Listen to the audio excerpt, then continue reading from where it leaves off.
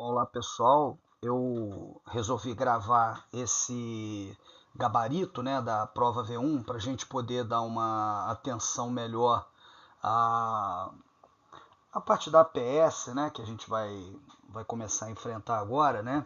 Então eu achei bom a gente economizar esse tempo aí fazendo já a vista da prova, né? Vendo as respostas, aí vocês já vão receber a prova sabendo o que é e qualquer ponderação pode ser feita no momento do recebimento dela. Bom, então vamos lá. A primeira questão é uma questão onde eu faço duas assertivas e é, pergunto se elas são verdadeiras ou falsas e se há uma relação entre elas, né? E o questionamento é sobre as arquiteturas de protocolos OSI e TCP/IP, né? Então, a primeira assertiva, vamos avaliar, conforme eu orientei vocês, isoladamente cada uma delas. A primeira assertiva é: o desenvolvimento de um protocolo de comunicação para a substituição de outro obsoleto pode ser feito sem demandar a troca dos protocolos das camadas inferior e superior. Bom, isso é verdadeiro, né? A teoria de projetos protocolos prevê que um determinado protocolo, desde que ele seja desenvolvido, né, em conformidade com os serviços e as interfaces que ele possui com as camadas adjacentes, ele poderá substituir um protocolo obsoleto sem a necessidade de mudar todo o sistema operacional, toda a arquitetura, né? Então a gente disse isso quando eu apresentei para vocês o conceito de serviços, protocolos e interfaces, né? Então essa é uma das principais virtudes, uma das principais vantagens do uso das arquiteturas padronizadas, né? De rede de computadores. Então a primeira assertiva é verdadeira, né? E naturalmente, claro, apenas faltou, né, na descrição esse pequeno detalhe do serviço e da interface, né? Mas não invalida, a assertiva está correta. A segunda assertiva, né, ela fala sobre apenas a questão do protocolo, né? Então, o que é o protocolo? O protocolo é um conjunto de regras e formatos que permite a interação, né, a comunicação entre as entidades pares. É como se fosse uma comunicação horizontal entre nós que estão ligados através de uma rede, certo? Então, a assertiva em si, ela é verdadeira. No entanto, o desenvolvimento modular, ele não depende apenas dos protocolos, ele depende também da existência muito bem definida de um conjunto de serviços, né, que são prestados para a camada superior e uma interface através da qual são trocadas as mensagens e respostas. Então, esses três elementos, essa tríade, né, serviços, protocolos e interface, é que efetivamente dá a característica modular às arquiteturas de redes de computadores, tá certo? Então a resposta é verdadeira, no entanto, a segunda assertiva não é uma justificativa para a primeira, certo? Porque teria que incluir também a questão dos serviços e das interfaces para que ela justificasse a característica modular do desenvolvimento de protocolos, ok? Bom, segunda questão muito fácil, talvez a mais fácil da prova, né, onde eu questiono essas siglas, né, que são usadas, são aplicações em redes, né? Então a primeira aplicação, uma aplicação da Receita Federal, né, que é governo, para o contribuinte declarar imposto de renda, o contribuinte fazendo papel de cliente. Então a primeira já mata a questão, né, que é o G2C, né, Government to Consumer, né, ou Client, né, tanto faz. A segunda é um caso entre duas empresas, uma gráfica e uma fabricante de papel, que mantém através da rede uma aplicação qualquer, né, onde as compras de papel são feitas pela gráfica. Então, no caso, seriam duas entidades de negócios, né, duas entidades de business, né? Então, é B2B, tá certo? A terceira, talvez uma das mais fáceis também, uma aplicação é para correntistas movimentarem suas contas bancárias. Então é o banco, que é business, prestando um serviço para o correntista, que é um cliente. Então é o B2C, o segundo. Então com isso a nossa resposta da questão é a terceira opção, certo? Bom, a terceira questão é também uma de 3 assertivas e questiona as funcionalidades, né, que são prestadas por cada camada de protocolo, no caso do modelo OSI, certo? Então a primeira assertiva pergunta sobre a camada de transporte, né, e a responsabilidade dela pela eventual necessidade, eventual demanda de confiabilidade. Ela é verdadeira, né? É a camada de transporte que é responsável por isso. A segunda não é uma pegadinha, né? Mas ela demandava um certo cuidado, uma certa atenção, mas eu estou muito tranquilo porque eu falei várias vezes em sala que isso ia cair em prova e ressaltei bastante que a camada de enlace ela é responsável pela detecção e a eliminação de erros. A correção de erros até é adotada por algumas soluções de enlace, né? Como o X25, por exemplo, que são soluções obsoletas, não estão mais aí no estado da arte, não são mais oferecidas pelas empresas de telecom, de telefonia, mas o estado da arte, enfim, né, a situação atual, ela prevê que a camada de enlace é sempre, em todos os casos, responsável pela detecção e eliminação de erros que ocorreram no nível físico, e não a correção, certo? Então ela é falsa. E a terceira, essa é mais simples, mais fácil, né? A camada de seção é responsável pela criptografia de tráfego? Não, a camada de seção é responsável pelo diálogo, pelo controle de tokens, né? pelo fluxo de mensagens que são trocadas pelas entidades pares, né? E não pela criptografia. No caso, a criptografia é função da camada de apresentação, ok? Bom, então a primeira é verdadeira, as duas outras são falsas. A quarta questão, mais uma questão de 3 assertivas, né? Todas muito simples. A primeira, a gente pergunta se as redes PAN podem ser expandidas, né? Mostrei isso, inclusive, através de slides, que a gente pode colocar nós que estamos fazendo papel de escravo como escravos de ponte, né? Criando o que se chama de scatternet, né? Que é a extensão de uma rede PAN, né? Uma rede baseada em Bluetooth, por exemplo, certo? Então, essa daí é verdadeira, certa. A segunda assertiva, uma rede doméstica Wi-Fi é classificada como PAN. Não, também falei várias vezes na sala de aula, né? É uma LAN, mas é uma LAN específica, é WLAN, Wireless LAN, né? Então ela é falsa. E a terceira, uma rede de TV a cabo como a Virtua da NET, tem até o exemplo também no slide, ela é uma MAN. Essas redes, elas são metropolitanas, né? Atendem a toda uma cidade, como é o caso de São Paulo, como é o caso do Rio de Janeiro. Apesar do nome, né, ser o mesmo, é lógico que a rede de São Paulo e a rede do Rio de Janeiro são redes separadas, independentes e tal, e que naturalmente têm ligações com grandes backbones da internet que são independentes, não são necessariamente centralizados, certo? Então é falso, é um AMAN. Então só a primeira é verdadeira. Bom, a quinta questão, também uma questão sobre topologias e modelos de redes e tudo mais. A primeira assertiva, né, a gente quer a incorreta, certo? Então vamos lá. Uma rede Wi-Fi usa topologia de barramento. Sim, é verdadeiro isso, né? Então só ressaltando aí, a gente quer a incorreta. A rede Wi-Fi usa topologia de barramento. Verdadeira, porque tudo que é enviado por uma estação chega até as outras estações que estão ajustadas, que estão configuradas para operar todas num único canal de comunicação. Então isso é verdadeiro. A segunda, as redes anel são justas e determinísticas. Na verdade, são as únicas redes justas e determinísticas. Isso é bastante explorado em concurso, né? Certa. A topologia da internet é distribuída, ou partial mesh. Esse termo distribuído é usado exclusivamente aí por um autor, que é o Tannenbaum, né?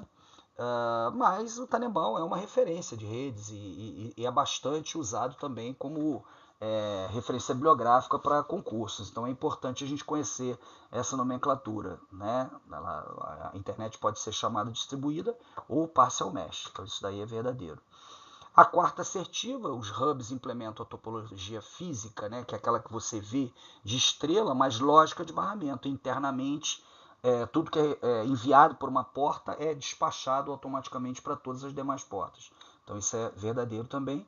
E a última, que é a errada no caso, a falsa, nas redes Token Ring as estações são ligadas fisicamente uma na outra, sequencialmente até voltar à primeira, formando um anel físico de estações, né?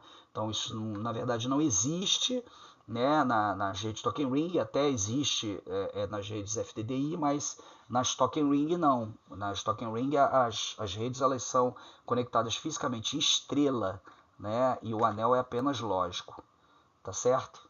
Então a resposta certa é a nossa última questão, quer dizer, na verdade é errada, que era o que nós queríamos, né? Bom, a sexta questão, vamos analisar uma a uma também. Nós queremos a correta, né? Então eu tenho 4 erradas e uma certa. Sinais analógicos e digitais podem ser integralmente recuperados após a transmissão através de códigos de correção de erro. Eu falei, né, e ressaltei bastante em sala de aula, as razões pelas quais o mundo está se direcionando cada vez mais para um ambiente digital, um ambiente onde todas as mídias são digitalizadas antes de serem enviadas.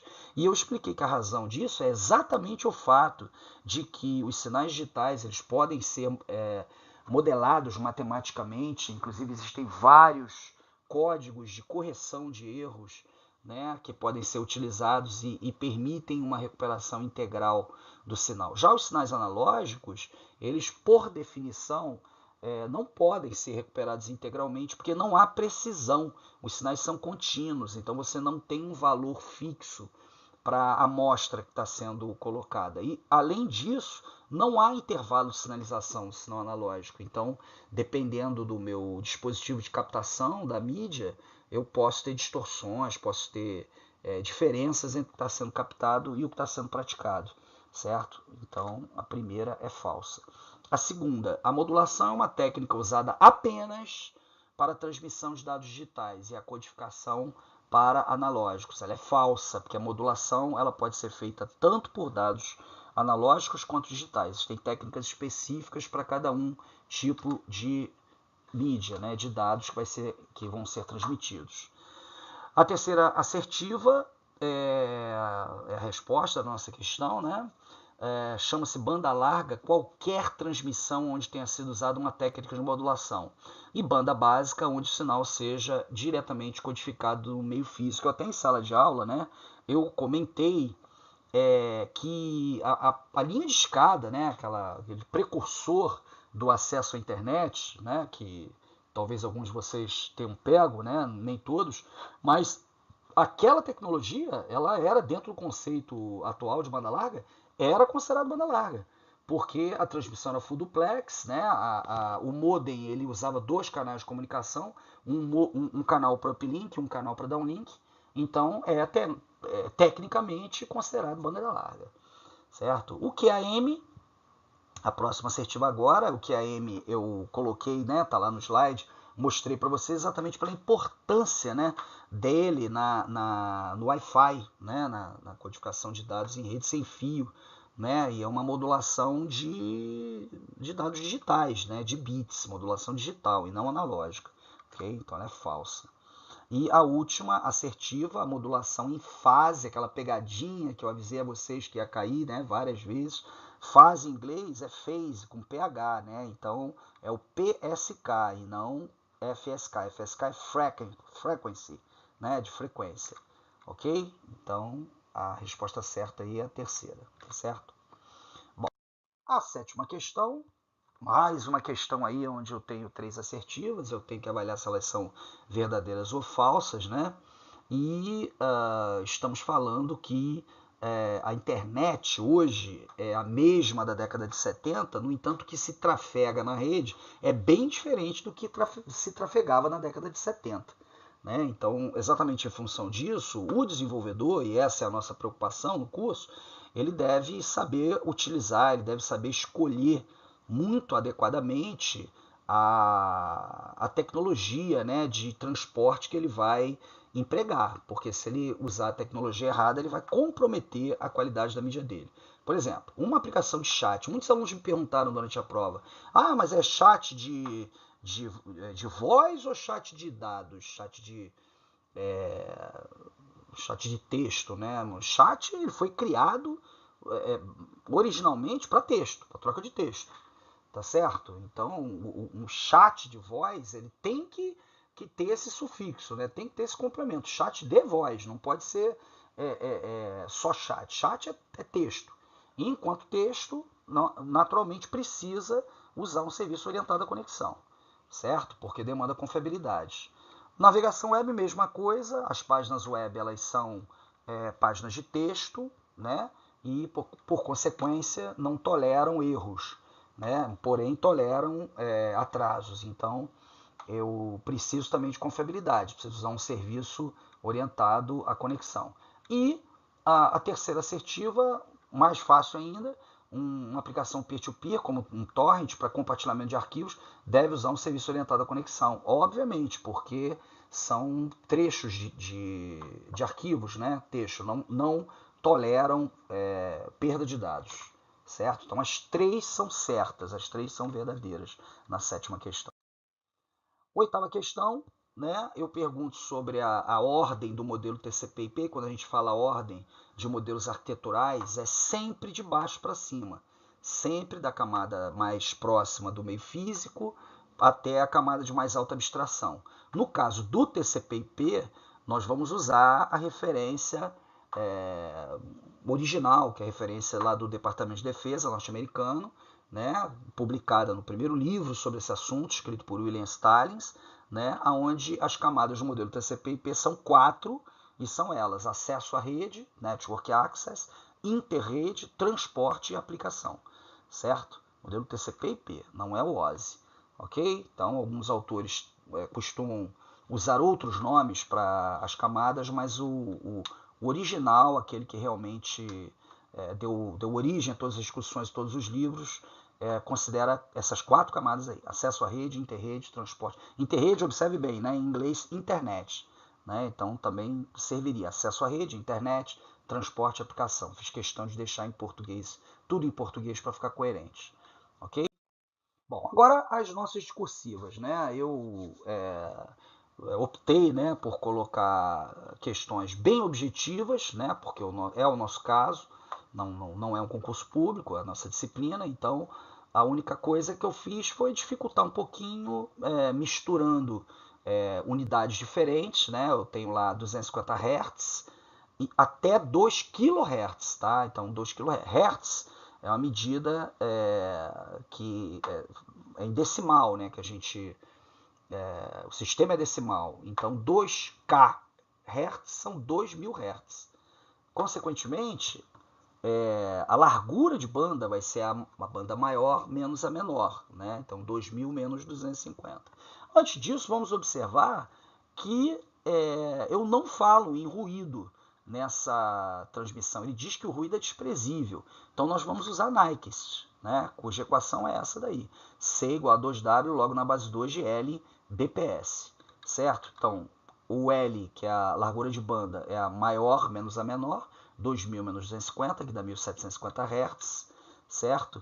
E o cálculo então fica dessa maneira: C igual a 2 vezes esse L, que é 1750, vezes o número de bits, porque log na base 2 do número de combinações possíveis com os bits é igual ao número de bits, certo? Então seria equivalente a eu colocar log na base 2 de 16, que dá 4, é a mesma coisa.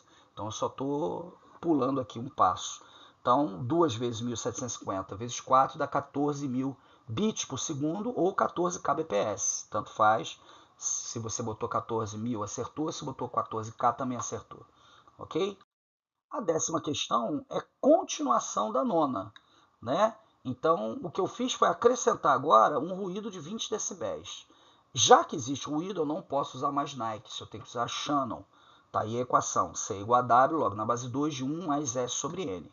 E para que ninguém precisasse ficar preocupado com cálculos, eu coloquei aí os valores de 3 logaritmos na base 2. Logaritmo na base 2 de 11, de 101 e de 1001, né? Que seria de acordo com o nível de ruído, né? Em decibéis que nós tivéssemos. Então o cálculo é muito simples, né? Eu apresentei isso em sala de aula. Decibel é igual a 10 log na base 10 de S sobre N.